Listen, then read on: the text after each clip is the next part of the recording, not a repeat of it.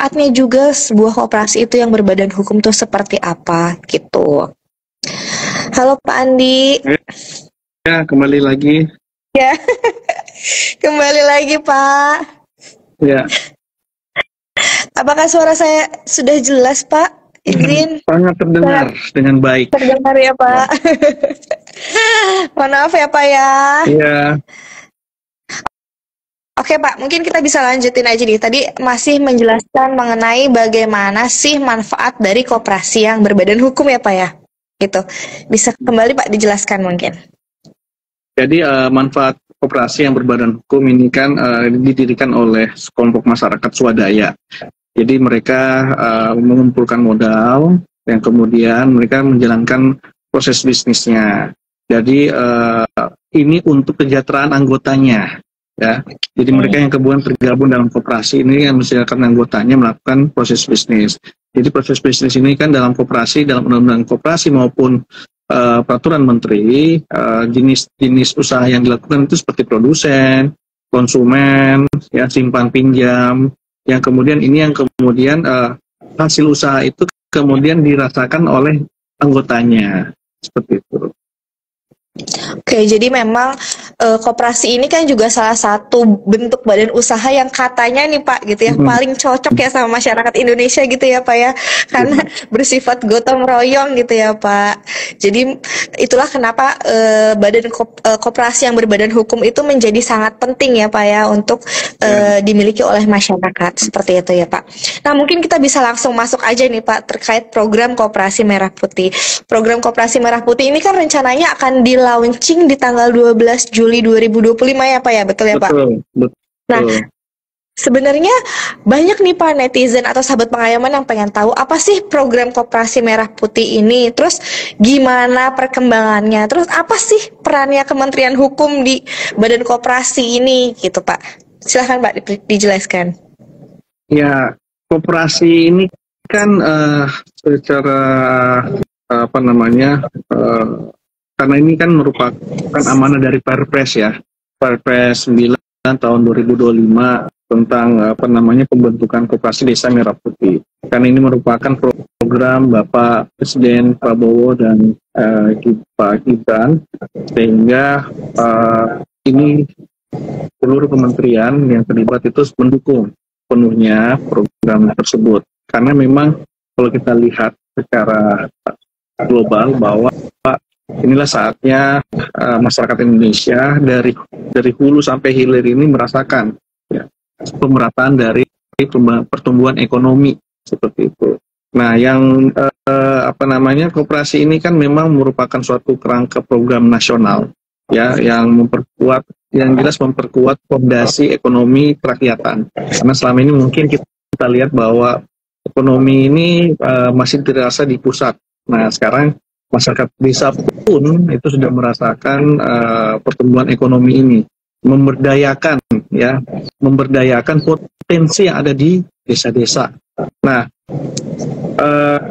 program ini langsung didorong langsung oleh negara. Kalau tadi koperasi biasa itu kan oleh swadaya masyarakat itu sendiri, tapi ini langsung negara hadir, gitu kan, negara hadir melalui instruksi Presiden nomor 9 tahun 2025. Nah, ada apa yang didukung oleh negara seperti ini? Ya jelas yang didukung oleh negara mulai dari regulasi, kemudian fasilitasi hingga pengesahan badan hukumnya. Ya, kemudian bagaimana proses bisnis berjalan? Nah, ini akan melibatkan banyak kementerian nantinya. Misalnya kalau potensi desa itu pertanian, maka tentu akan melibatkan Kementerian Pertanian. Kemudian apakah kemudian di desa itu ada klinik? Supaya nanti masyarakat bisa langsung mendapatkan penanganan medis cepat, kemudian obat murah dan sebagainya. Nah, itu dibuat klinik desa yang dimana ini dikelola oleh Koperasi Desa Merah Putih. Tentunya ini menjadi concern dari Kementerian Kesehatan seperti. Jadi masing-masing organik dari kementerian itu akan langsung mendukung, mensupport Koperasi Desa Merah Putih terkait dengan proses bisnisnya. Nah, apa menjadi peran Kementerian Hukum di sini? Yang jelas kita dari Kementerian Hukum melalui Direktorat Jenderal Administrasi Hukum Umum ini sangat penting adalah karena ini tahap pertama adalah bagaimana mendorong ya pengesahan badan hukumnya. Nah, ini kan kita ditargetkan ada kurang lebih 80.000 ya koperasi Desa Merah Putih yang harus terbentuk badan hukumnya. Nah, sekarang secara catatan ada 68.000 ya per hari ini. Sekarang tanggal 26 Juni 2025 per hari ini itu datanya 68.190 yang sudah terbentuk badan hukumnya. Ini bukan pekerjaan pekerjaan mudah ya, karena ini pekerjaan kolaborasi dari seluruh kementerian, khususnya Kementerian Hukum yang tidak bisa juga berjalan sendiri. Kami tentunya kita melibatkan kementerian, lembaga, pemerintah daerah, kabupaten kota untuk bagaimana memberikan suatu sosialisasi, penyadaran, kemudian pemahaman tentang bagaimana mendorong Koperasi Desa Merah Putih ini supaya berbentuk badan hukum. Karena tidak semua masyarakat itu memiliki persepsi yang sama ya tentang bagaimana penyelenggaraan musyawarah desa atau musyawarah kelurahan, ya, bagaimana membuat berita acaranya, kemudian bagaimana mereka memilih klasifikasi baku lapangan usaha Indonesianya bagaimana, ya, kemudian bagaimana mereka harus berhubungan dengan notaris, karena nanti notaris yang mengakses untuk proses pendirian. Ini semua semua kita lakukan, termasuk juga perubahan anggaran dasar dari koperasi sesuai dengan kewenangan yang diatur. Nah,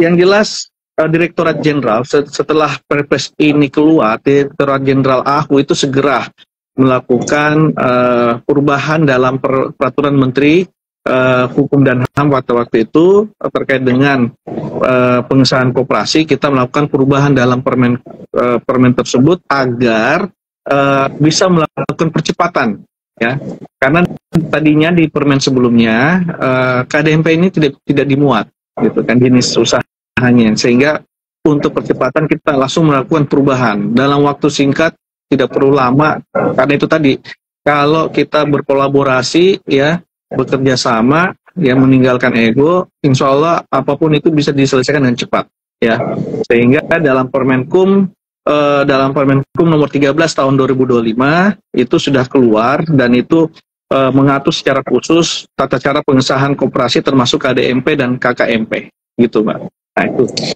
tugas dari kita. Wah, jadi sebenarnya program Koperasi Merah Putih ini adalah program bentuk kolaborasi besar ya Pak ya, sebenarnya dari pemerintah gitu ya, untuk bisa meningkatkan perekonomian, tapi bukan hanya di bidang perekonomian nih gitu ya, tapi di berbagai bidang yang mungkin saling berkaitan satu sama lain. Bahkan tadi kan Bapak sampaikan bukan cuma dari bidang pangan gitu misalnya, tapi bahkan sampai kesehatan pun bisa menjadi salah satu hal yang memang ditangani gitu atau diatur oleh koperasi di desa ini ya Pak ya. Jadi memang itu adalah bentuk kolaborasi yang luar biasa. Nah, mungkin masih berkaitan dengan itu nih Pak. Ada pertanyaan nih Pak di kolom chatnya. Masih terkait dengan hal tersebut Pak. Pertanyaannya itu terkait bagaimana sih Kemenkumham menjamin hak anggota Koperasi Merah Putih, dan apakah ada perjanjian nih di atas hitam putih bagi para anggotanya nih Pak? Mungkin tadi terkait ada ART ya, atau mungkin terkait hal-hal lain yang memang harus disepakati di awal. Apakah ada peran dari Kementerian Hukum dan HAM? Kalau ada, apakah jaminannya gitu Pak? Iya. Silahkan. Terkait jaminan, ini kan semua dituangkan di dalam berita acara. Dalam berita acara itu sudah jelas bahwa mana bisnis, ya, usaha yang akan dijalankan di desa tersebut dengan melihat potensinya, ya, dengan melihat potensinya. Kemudian ini juga memberikan kenapa saya memberikan kesejahteraan, karena ketika dibuka klasifikasi baku layak pakan usaha ini, maka akan dibentuk, ya, berbagai entitas usaha di desa itu. Nah, setiap desa yang kemudian dibentuk usahanya, otomatis kan akan melibatkan akan membuka lapangan kerja baru. Kenapa? Karena nanti pada saat pendirian, nanti si pendiri ini akan menunjuk pengurus, dan pengurus ini akan menunjuk pengelola. Nah, ketika menunjuk pengelola, otomatis kan membutuhkan, ya, lapangan kerja, membutuhkan pekerja-pekerja yang nanti mengelola. Misalnya nih ya, misalnya di desa itu ternyata dia peternak sapi. Nah, peternak sapi ini kan otomatis menghasilkan apa namanya, mereka akan bisnis daging sapi, susu sapi, kemudian apapun itu yang berasal dari sapi itu nanti akan diolah. Nah, itu kan butuh pekerja, butuh teknologi, dan butuh apapun itu untuk menghasilkan inovasi-inovasi produk pangan seperti itu. Nah, ini yang akan memberikan suatu kegiatan. Nah, apa yang bisa menjamin? Dia menjamin bahwa di dalam aktanya nanti kan ada nanti karena ini akan mensejahterakan masyarakat desa itu, maka hasil usaha itu pun akan dirasakan oleh masyarakat desa, ya. Dengan mereka dibuka lapangan kerja, mereka kan mendapatkan pendapatan, ya, untuk meningkatkan taraf hidup mereka. Nah, dengan jaminan seperti itu, maka di dalam anggaran dasar, anggaran rumah tangga itu sudah jelas mengatur bagaimana hak dan kewajiban para anggotanya. Seperti itu. Nanti kalau ada perubahan-perubahan, misalnya mereka ingin meningkatkan, ya, lapangan usahanya, itu bisa melakukan perubahan-perubahan seperti itu. Mungkin itu, Mbak. Jadi memang dari awal itu sudah clear ya Pak ya, sudah dituangkan gitu ya Pak, bahwa ya jaminan-jaminan itu bisa dilihat dari awal ya Pak ya, bahwa ya ada hal-hal yang memang sudah disepakati bersama, baik hitam di atas putih, seperti itu ya Pak ya. Nah, sebenarnya ada pertanyaan lagi nih Pak, siapa saja sih yang bisa mendirikan Koperasi Merah Putih ini? Jadi pendirian Koperasi Merah Putih ini kan karena ini adalah dorongan dari negara untuk bagaimana desa itu bisa menumbuhkan pertumbuhan ekonominya, maka secara sederhana dan efisien pun itu adalah masyarakat desa, ya, masyarakat desa, perangkat desa, lembaga, ya, lembaga perangkat desa, ya, yang kemudian ini mendorong dilaksanakan yang namanya musyawarah desa atau musyawarah kelurahan, ya, di mana musyawarah desa ini bersepakat, ya, untuk membentuk koperasi. Karena itu tahapannya, ya, tidak mungkin kucuk-kucuk kemudian dibentuk Koperasi Desa Merah Putih, enggak. Ada sebuah tahapan. Tahapan ini adalah bagaimana perangkat desa, masyarakat desa, lembaga perangkat desa ini duduk bersama membentuk musyawarah desa, menyelenggarakan musyawarah desa yang kemudian bersepakat untuk membentuk koperasi desa. Nah, ini yang musyawarah ini kan sifatnya terbuka dan demokratis, ya. Nah, kemudian nanti di situ dipilih dari musyawarah desa itu kan dipilih siapa pendirinya. Kalau dalam undang-undang koperasi ini kan yang tadinya 20 orang pendiri, ya, tapi karena itu agak cukup memberatkan, sehingga dengan adanya Undang-Undang Cipta Kerja yang 20 itu menjadi 9 orang pendiri, ya. Nah, 9 orang pendiri ini kemudian mereka yang menyatakan pendiri itu wajib menyetorkan modalnya, ya kan. Nah, kemudian dari pendiri inilah yang menunjuk ke pengurus. Jadi semua ini baik itu pendiri, pengurus, pengelola itu dari masyarakat desa itu sendiri. Jadi untuk mereka, buat mereka. Tapi ingat bahwa anggaran yang dikeluarkan oleh pemerintah itu bukan anggaran yang dibagi-bagi, ya. Tapi ada pinjaman yang harus dikembalikan nanti oleh masyarakat desa kepada negara. Karena negara ini kan memberikan suatu boleh katakan pinjaman, ya, pinjaman untuk dikelola, ya, men-trigger, ya, usaha di desa itu bisa berproses, yang kemudian nanti desa mendapatkan profit, ya, profitnya, yang kemudian profit ini kan nanti juga akan membayar kembali kepada negara, seperti itu. Jadi kalau siapa yang membentuk, ya jelas masyarakat desa. Tidak mungkin orang kota misalnya, karena di kota pun ada kelurahan, dan kelurahan itu juga membentuk Koperasi Kelurahan Merah Putih namanya. Oke, jadi memang balik lagi ya Pak, karena ini adalah koperasi merah putih ya, jadi memang harus berawal dari kesepakatan atau musyawarah dari masyarakat desa atau kelurahan ya Pak ya, untuk sama-sama nih berkolaborasi gitu ya, dan bertekad juga untuk bisa membangun desanya gitu. Karena sebenarnya program koperasi merah putih ini adalah tadi trigger ya Pak ya, agar masyarakat itu bisa lebih berdaya gitu ya dengan. Tapi ada ketentuannya. Oke, gimana tuh Pak ketentuannya? Ketentuannya bahwa untuk membentuk koperasi desa merah putih ini selain masyarakat desa, tapi harus desa itu berjumlah tidak boleh kurang dari 500 jumlah penduduknya. Pasti kan masalah bertanya, bagaimana kalau desa yang kurang dari 500? Maka dibolehkan menggabungkan desa itu dengan desa tetangganya. Oke. Oh, jadi boleh gitu ya, Pak? Nah, jadi kalau desa ini hanya berpenduduk 300 kepala keluarga misalnya ya, nah kemudian di desa tetangganya yang nggak jauh itu cuma 300 juga, jadi ini dua desa ini bisa membentuk satu KDMP gitu. Tapi memang syaratnya adalah satu KDMP satu desa, syaratnya sebenarnya. Tapi apabila desa itu kemudian penduduknya kurang dari 500, maka dia bisa membentuk satu KDMP dengan dua desa. Nah, bagaimana dengan namanya? Karena ini kan memang dalam sistem kita yang kita bangun bahwa kenapa ini mudah diakses, kita kan membuat sistemnya itu mudah diakses. Hanya 7 menit loh Mbak, untuk mengesahkan. Untuk mengesahkan 7 menit aja Pak. 7 menit, kalau semua lengkap ya dokumennya. Dan itu sudah diakui juga oleh Ketua Satgas, yaitu Kemenko Pangan, karena mereka melihat langsung sistemnya. Ketika semua lengkap dari berita acara, akte, ya, kemudian KTP, NPWP, kemudian diakses ke sistem kita, itu 7 menit langsung keluar SK pengesahan. Luar biasa ya. Jadi ini memang proses percepatan yang luar biasa ya Pak ya, 7 menit langsung keluar ya Pak.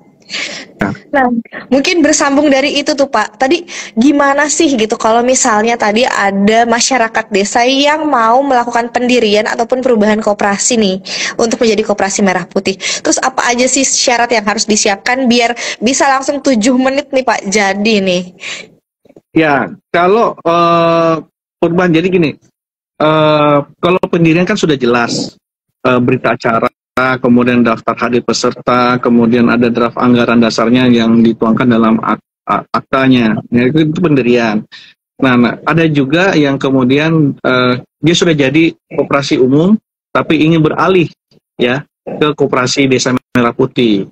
Tinggal itu kan hanya merubah saja aktanya, ya, merubah aktanya, melakukan perubahan akta yang kemudian itu akan dilakukan oleh notaris, gitu.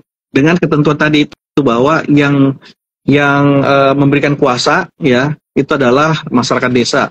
Nah, memberikan kuasa kepada pengurus yang nanti menguruskan ya mengurus terkait perubahan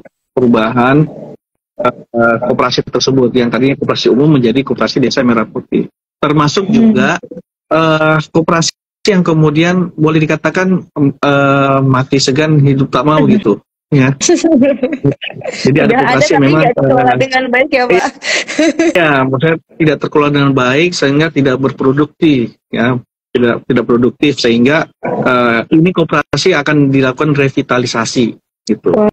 Nah, juga itu dilakukan perubahan dari anggaran dasarnya, kemudian ditentukan pengurus yang definitif ya, yang kemudian menggunakan nanti koperasi desa merah putih untuk melakukan upaya proses-proses bisnisnya. Seperti itu, Mbak. Jadi ada 3 hal yang memang kita dorong selain pendirian, kemudian juga koperasi umum yang kemudian ingin melakukan perubahan menjadi koperasi desa merah putih, termasuk juga koperasi yang memang dianggap sudah tidak produktif tapi mau dihidupkan kembali jadi revitalisasi kan.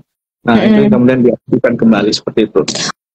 Oke, jadi ini jadi kayak kesempatan baru nih yang untuk koperasi-koperasi yang memang mungkin sudah ada gitu ya, tapi tidak terurus, dengan jadi semangat baru ya Pak, bahwa mereka bisa lagi nih mengelola lagi nih ya Pak ya. Nah, Sebenarnya Pak, kalau untuk pengurusannya sendiri kan dilakukan di Direktorat Jenderal Administrasi Hukum Umum ya Pak ya, atau di JENAHU. Nah untuk prosesnya sendiri itu online atau offline Pak? Online. Gitu. Oke, semuanya sudah online ya Pak? Semua sudah online, makanya mereka tinggal akses di AHU Go, di web situs, di webnya AHU ini, yaitu AHU Go ID, ya, AHU Go ID yang kemudian ada petunjuk teknis, ya, di dalam AHU Go ID bagaimana mendirikan Koperasi Desa Merah Putih, ada alur pendaftarannya juga, dan akses ke sistem administrasi badan hukum koperasinya, ya. Dan juga kita juga lakukan sosialisasi itu melalui media sosial, ada di Instagram, kemudian di Twitter, di YouTube.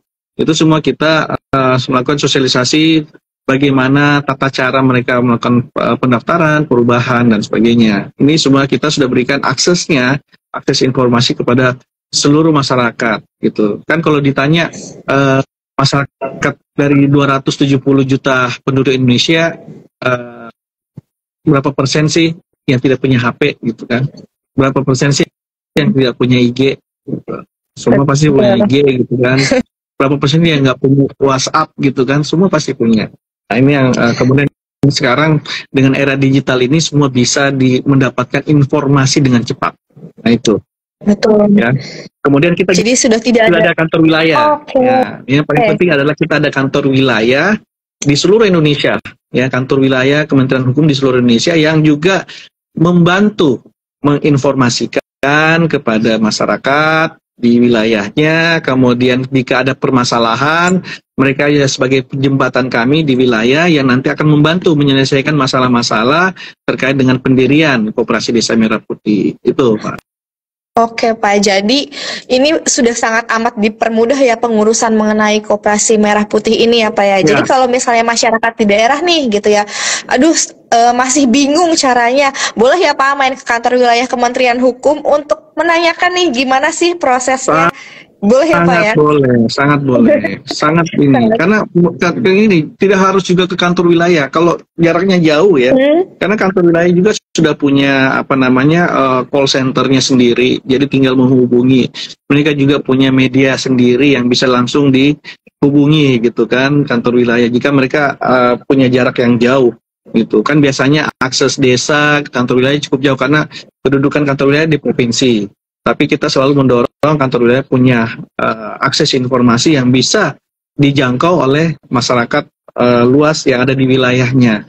Ya, seperti kalau dia terpisah pulau, kan tidak perlu harus nyebrang pulau gitu untuk menuju kantor wilayah, tapi diberikan akses sehingga bisa mereka mengakses selama sebenarnya karena gini, penyebaran apa namanya internet juga di banyak wilayah kan sudah merata ya. Nah, itu bisa digunakan akses-akses itu untuk mendapatkan informasi lebih cepat. Gitu. Nah, siapa? Berarti kalau terkait semangatnya nih ya Pak ya, misalnya ada orang sudah mendaftarkan untuk pendirian Koperasi Merah Putih. Nah, ada yang nanya lagi nih Pak, kira-kira biayanya ada biayanya atau enggak ya Pak ya? Terus kalau ada gimana Pak? Yang jelas untuk biaya, untuk Koperasi Desa Merah Putih itu, untuk pendirian, ya, di dalam sistem administrasi badan hukum kita biayanya masih nol untuk PNBP-nya ya, pendapatan negara bukan pajak, itu masih nol ya. Kemudian tapi ya karena ini KDMP ada namanya jasa notaris, karena notaris ini kan yang mengakses, karena notaris yang punya kewenangan untuk mengakses SABH, kemudian dia meminta SK itu diterbitkan. Nah, ini yang kewenangan notaris. Nah, ini yang kemudian oleh negara, bukan masyarakat ya, oleh negara yang membayar fee notaris itu, jasa notaris itu. Gitu. Jadi negara yang membayarkan jasanya notaris, bukan masyarakat. Dan negara sudah, pemerintah dalam hal ini sudah mengalokasikan anggaran itu kepada pemberi jasa, yaitu notaris dalam hal pendirian badan hukum. Tapi untuk PNBP-nya kita nol. sampai saat ini. Wow, luar biasa ya Pak. Jadi kayaknya masyarakat tuh nggak perlu khawatir atau ragu lagi ya Pak untuk segera mendaftarkan atau mendirikan Koperasi Merah Putih ini ya Pak ya. Iya, betul. Selain manfaatnya yang luar biasa ya, diberikan pinjaman modal oleh pemerintah untuk bisa mengembangkan perekonomian daerah ya Pak. Iya. Terus daftarinnya semuanya sudah mudah online, cuma 7 menit aja kalau lengkap gitu ya. Iya. Bahkan secara biaya pun sebenarnya nol ya Pak ya, karena kan dibantu oleh pemerintah gitu ya Pak. Jadi Betul. segera aja nih teman-teman mungkin yang punya saudara atau kerabat yang ada di daerah gitu ya untuk segera mendaftarkan atau melakukan pendirian Koperasi Merah Putih. Nah, terkait pendirian Koperasi Merah Putih ini nih sampai kapan sih Pak sebenarnya? Kita ditargetkan 30 Juni ini, mudah-mudahan sih sisa waktu 4 hari ini kita bisa memenuhi target sebanyak 80.000 ya, 80.000 pendirian koperasi desa. Karena secara paralel di semua wilayah ketika masuk ke dalam sistem kita ya, mau dari Sabang sampai Merauke, dari Pulau Miangas sampai Pulau Rote itu ya, mereka mengakses bersama-sama, tidak ada masalah dalam sistem kita.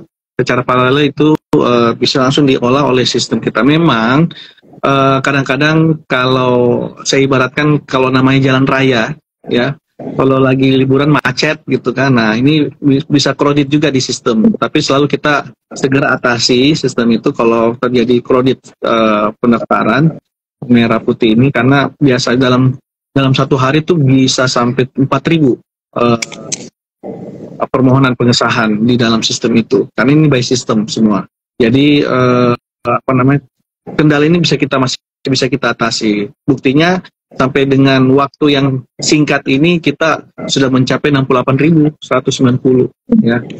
Itu suatu hal yang kita katakan bahwa ini mission impossible, tapi bisa kita laksanakan.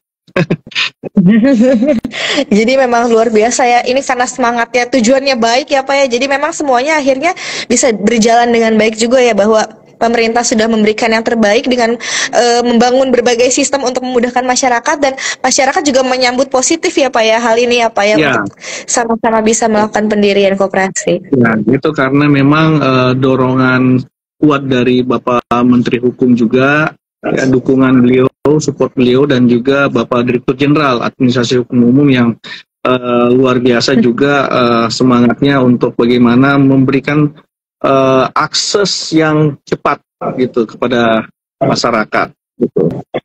Oke, siap Pak. Melanjutkan pertanyaan netizen nih Pak ya, boleh ya Pak ya? Ada pertanyaan nih dari Lula Loli. Pertanyaannya, apakah nantinya akan ada pendampingan hukum secara rutin nih Pak untuk memastikan bahwa koperasi itu patuh pada regulasi? Ya, yang jelas kita sudah sampaikan juga ke Badan Pembinaan Hukum Nasional bahwa ini perlu juga didampingi, karena Badan Hukum Nasional itu kan sudah memiliki paralegal, ya, paralegal. Jadi paralegal ini yang nanti akan memberikan kayak semacam penyuluhan, kemudian memberikan pembinaan terkait masalah-masalah hukum nantinya, ya, dan biar juga masyarakat melek terhadap hukum, gitu kan. Nah, ini yang kita harapkan dengan koperasi desa itu sudah berbadan hukum. Tentunya mungkin ada celah-celah yang memang masih dilihat oleh masyarakat, yang ini nantinya juga kita harapkan para legal ini yang sudah terbentuk, ya, dibentuk di wilayah itu bisa kemudian ikut juga terlibat untuk memberikan gambaran atau pandangan ataupun penyuluhan tentang hukum di masyarakat, khususnya Koperasi Desa Merah Putih ini. Misalnya gini, ketika anggaran turun ya di desa itu, kan kalau nggak salah anggaran turun per desa untuk Koperasi Desa Merah Putih itu kurang lebih 3 miliar ya. Nah, diberikan suatu advokasi kepada masyarakat desa pengurusnya agar anggaran ini tidak dijadikan sebagai anggaran pribadi gitu, tapi ini sebagai anggaran operasional untuk melakukan proses bisnisnya, ya. Untuk melakukan proses bisnisnya, jangan sampai digunakan anggaran ini semena-mena. Ini akan menjadi temuan, ini akan berujung kepada tindak pidana nantinya. Nah ini ya tugasnya dari para legal itu agar bagaimana pemanfaatan anggaran ini benar-benar untuk proses bisnis, bukan untuk pribadi ataupun keluarga seperti itu. Jangan sampai anggaran ini dibelikan mobil pribadi misalnya, atau properti pribadi gitu kan. Padahal ini kan pinjaman dari negara yang harus dikembalikan ke negara kembali. Betul. Jadi memang pemerintah akan hadir bukan cuma dari proses awal aja ya Pak, dari proses pendirian, tapi juga sampai melakukan pembinaan juga ya Pak, agar program ini bisa berjalan dengan baik seperti itu ya Pak ya. Iya. Nah, ada satu lagi nih Pak, pertanyaan dari netizen lagi, boleh ya Pak ya? Boleh. Nih Pak, pertanyaannya dari Ahmed. Menurut Bapak nih, ini kayaknya pertanyaan personal nih. Menurut Bapak, apakah konsep gotong royong koperasi ini tuh masih relevan nggak sih Pak di era sekarang yang serba virtual, individual, dan sistemnya ya udah sistem upah aja gitu. Menurut Bapak seperti apa nih Pak? Ya, Bapak founding fathers kita kan. Founding fathers kita kan Bapak Insinyur Soekarno kan mengatakan jas merah. Jangan pernah yang merupakan sejarah gitu kan. Dan kita tahu, Mbak tahu nggak siapa nih Bapak koperasi kita? Bapak koperasi kita adalah, waduh ini pertanyaannya agak susah ya. Ayo ini. Bapak koperasi kita adalah Bapak Muhammad Hatta. Iya, tepuk tangan dulu. Dapat hadiah dong Pak. giveaway. Jadi semangat gotong royong itu kan jangan sampai hilang dalam budaya kita. Itu jangan sampai budaya hilang. Meskipun kita memasuki era perubahan era ya, yang serba cepat, era digital dan sebagainya, individualistik dan sebagainya, tapi semangat gotong royong itu jangan pernah kita lupakan. Tapi kita harus tetap membangun, apalagi di masyarakat desa itu masih terasa semangat gotong royong di masyarakat desa. Ya. Jangan sampai ini budaya kita ini hilang, gitu. Dan saya yakin bahwa kalau tanya masih ada budaya itu, ya. Seperti kayak gini, di kompleks kota sendiri itu, misalnya tiap Jumat dilakukan bersih lingkungan, itu semua turun, ya. Jadi yang penting adalah bagaimana public figure, ya public figure, sosok kepemimpinan teladan yang ada di wilayah itu menjadi role model, ya, role model untuk memperhatikan bagaimana membangun semangat gotong royong itu. Nah ini yang perlu kita lihat, siapa sosok figurnya, siapa kepemimpinannya yang mendorong semangat gotong royong ini bisa dibangun dan dipertahankan seperti itu. Nah anak-anak muda sekarang ini yang Gen Z ini kan juga saya melihat bahwa mereka sebenarnya bukan tidak mau gitu kan, tapi tidak diberikan suatu peluang, kesempatan untuk mereka berkolaborasi bersama-sama, membangun bersama-sama, gitu, dibuatkan tim bersama-sama seperti itu.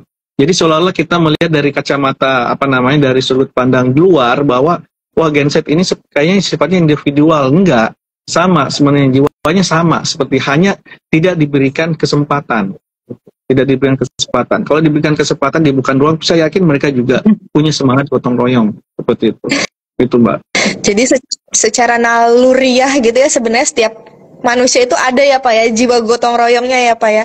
Tapi mungkin belum diberikan kesempatan yang lebih banyak aja dibandingkan sebelumnya gitu ya. Makanya kenapa tidak terlihat nih bahwa ini ternyata individualis atau tidak gitu kan Pak. Dulu itu belum masuk teknologi. Betul. Ya, masuk gitu. Jadi semangatnya itu pasti lebih tinggi dulunya dibanding sekarang. Kalau sekarang kan memang sudah masuk teknologi, HP sudah masuk ya. Gitu. Kayak gotong royong berchat ria di WhatsApp. Coba lihat kalau di grup itu, kalau kita ngomong di grup pasti kan dijawab semua di grup gitu kan. Itu gotong royong di chat, di WhatsApp namanya. gotong royong memberikan solusi gitu kan. Jika kalau ada masalah kita ngomong di grup, saya masuk di grup, misalnya saya masuk di grup RT ini. Jadi kalau saya katakan bahwa ini mau hujan, ya kan? Ini mau hujan. Apakah apakah drainase di lingkungan kita ini sudah oke atau belum? Jangan sampai kita hujan itu akan mengalami banjir dan sebagainya. Nah, itu akan dijawab oleh teman-teman di situ bahwa ayo kita Jumat bersihkan semua. Nah, itu kan semangat gotong royong di kota gitu. Masih ada, Pak. Masih ada. Selama ada yang menggerakkan gitu. Dan beda media aja ya Pak ya. Ya. Kalau dulu kan gotong royongnya pakai kentongan kan? pintu gitu ya. Kentongan dulu gitu. Kalau sekarang pakai WhatsApp sekarang gitu. Udah gitu. pakai WhatsApp aja udah langsung ya Pak udah ya. Langsung. Malah sebenarnya tuh bentuk gotong royong yang berbeda gitu, tapi semangat itu akan ada terus gitu. Jadi optimis ya Pak ya bahwa program ini akan berjalan dengan baik ya Pak ya. Ya, saya optimis banget. Apalagi ini program yang positif sekali, apalagi ini terkait dengan ekonomi, ya pasti yang tidak mau sejahtera gitu kan. Di di situasi yang tidak menentu ini orang pasti pengen sejahtera, orang pengen dapurnya tetap hidup gitu kan, dan seterusnya kayak gitulah. Cukup secara ekonomi, cukup secara kesehatan juga ya Pak, jaminan atas pendidikan itu gitu kan. Betul. Secara naluriah lagi setiap orang pasti mau itu ya Pak ya. Jadi pasti akan ya Bapak. Wah, nggak kerasa kita udah hampir 1 jam nih ngobrol-ngobrol nih sama Pak Andi ya.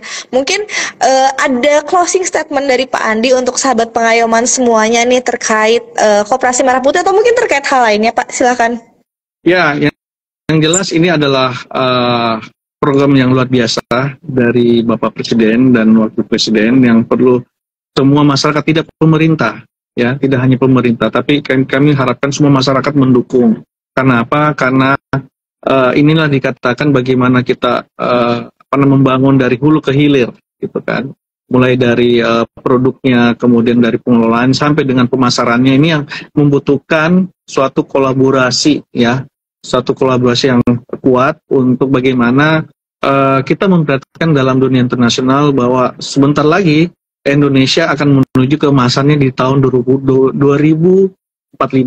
gitu. Jadi saya yakin negara-negara lain sudah mulai was-was dengan ekonomi Indonesia yang nanti akan menguasai ekonomi di Asia maupun di dunia internasional. Jadi untuk sahabat pengayoman, semangatnya nih apa ya, semangat untuk bisa membangun Indonesia yang lebih baik ya Pak, bukan cuma untuk negara aja, tapi pasti tentunya juga yang akan berdampak langsung pada diri kita ya Pak ya, untuk bisa terus disebarkan kepada yang lainnya. Baik, terima kasih banyak Pak Andi, terima kasih juga sahabat pengayoman. Sama-sama. Terima kasih banyak ya Pak Andi sudah bersedia nih ngobrol-ngobrol bareng terkait Koperasi Merah Putih pada sore ini. Semoga bisa memberikan manfaat yang sangat luas kepada masyarakat, atau setidaknya agar masyarakat tuh lebih paham mengenai apa sih program Koperasi Merah Putih. Kalau mungkin mau tahu lebih lanjut juga bisa dilihat ya Pak ya di websitenya ahu.go.id ya Pak ya, terkait bagaimana prosesnya, alurnya. Masih ditunggu nih ya sama Pak Andi kalau memang ada yang masih mau melakukan pendirian Koperasi Merah Putih ya Pak ya. Sampai tanggal berapa Pak? Tanggal 30 ya Pak ya? Untuk pendiriannya sampai 30 Juni, tapi untuk launchingnya tanggal 12 Juli pas hari Koperasi. Waduh, jadi masih ada kesempatan nih buat teman-teman yang mau mendaftarkan atau mendirikan Koperasi Merah Putih. Baik, sekian dari saya. Terima kasih banyak Pak Andi, terima kasih banyak Sobat Pengayoman. Sampai berjumpa di sharing bareng Yomin selanjutnya. Selamat siang, selamat sore Pak. Terima kasih ya. Terima kasih banyak.